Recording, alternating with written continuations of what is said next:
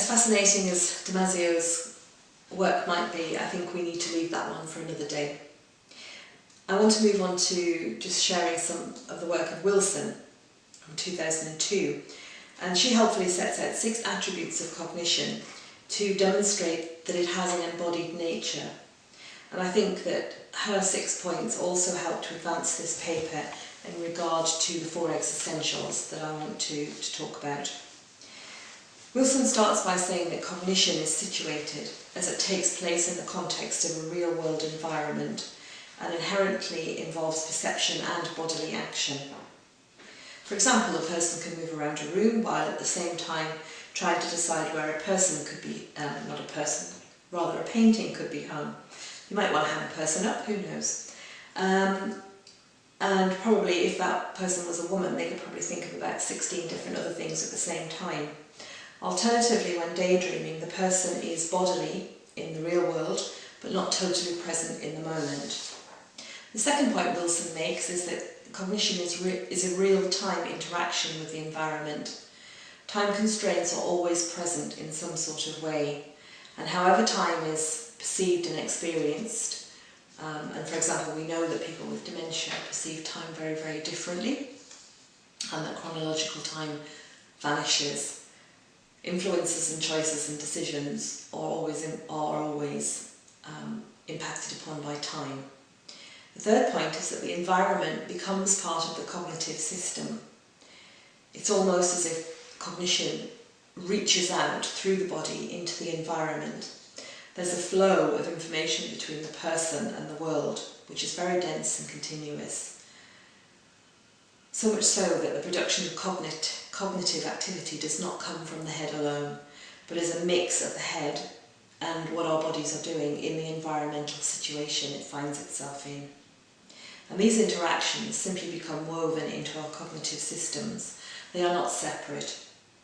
And slide 6, in a very simple way, tries to capture it. It's almost as if our neurons extend out beyond the flesh of the body and network into the environment. And I think that does have some of an extraterrestrial or superhuman feature to it. We also offload cognitive work onto the environment. Because of the limitations in our perceptual and cognitive processing, we exploit the environment to reduce our cognitive workload.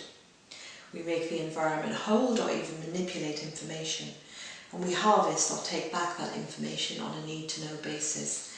I think this is something that people with impaired cognition, including people with dementia, do exceptionally creatively. The 5th point is that cognition is for action. The purpose of cognition is for action. The function of the brain is to guide bodily action. Our vision is encoded into the brain as a what and a where concept,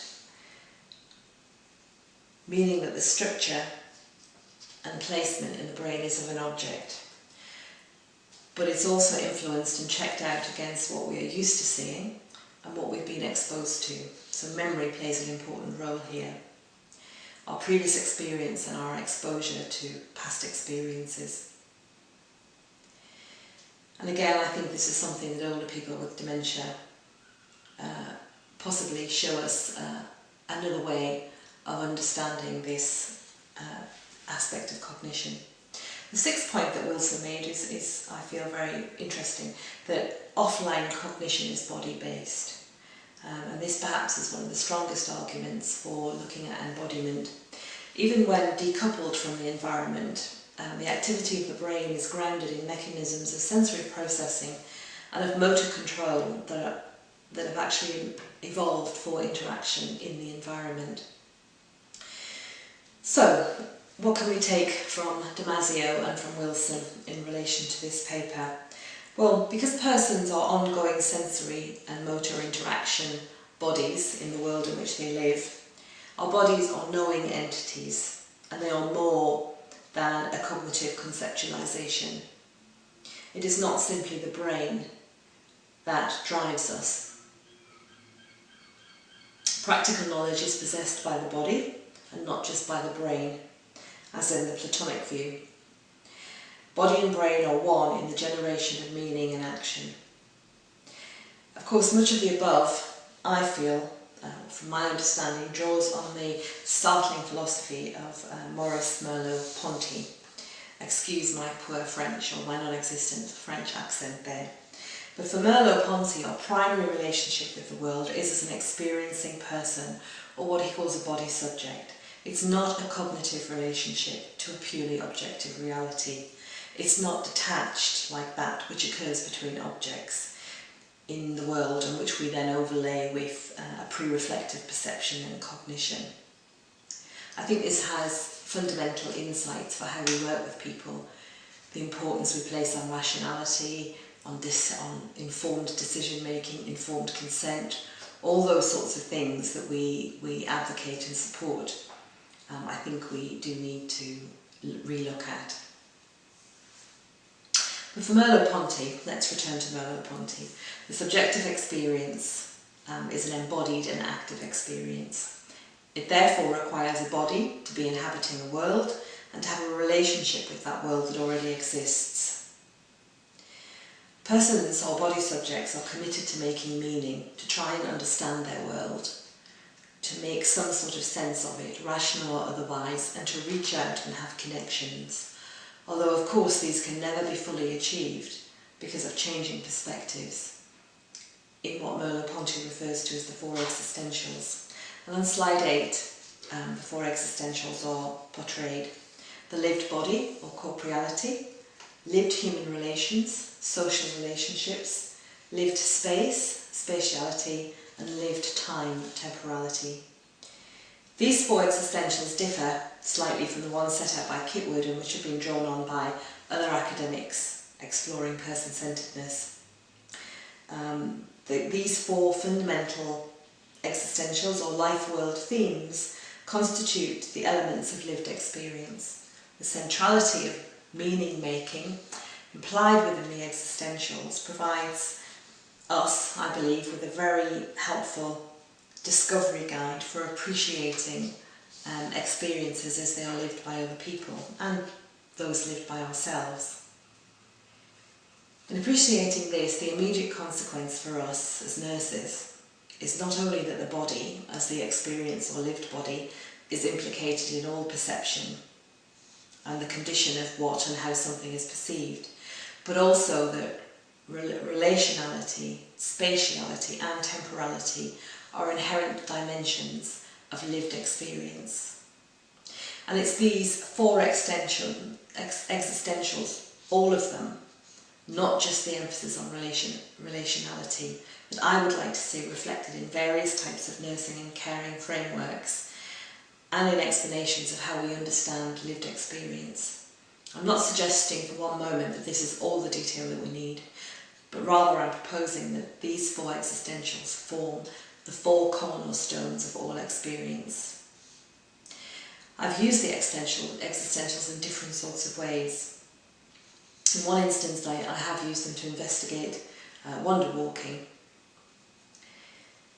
It makes sense to me, if you accept the argument that they're a fundamental part of the life world and of human experience, that they should play a key role in helping us to understand our own experiences and those of other people, and maybe present us with some challenges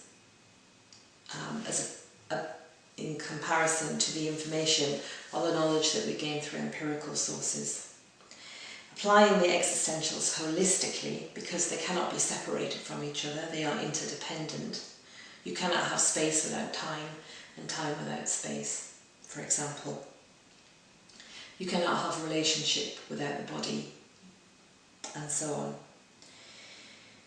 So, with all humans, the body, relationality, space and time are all essential to lived experience, and I believe to describing it and interpreting it, and to helping ourselves and helping other people understand it. It may even be the case that with some underdeveloped or failing cognition and reflective abilities, some persons are closer to perceiving the world as it is lived, once that empirical overlay is being removed.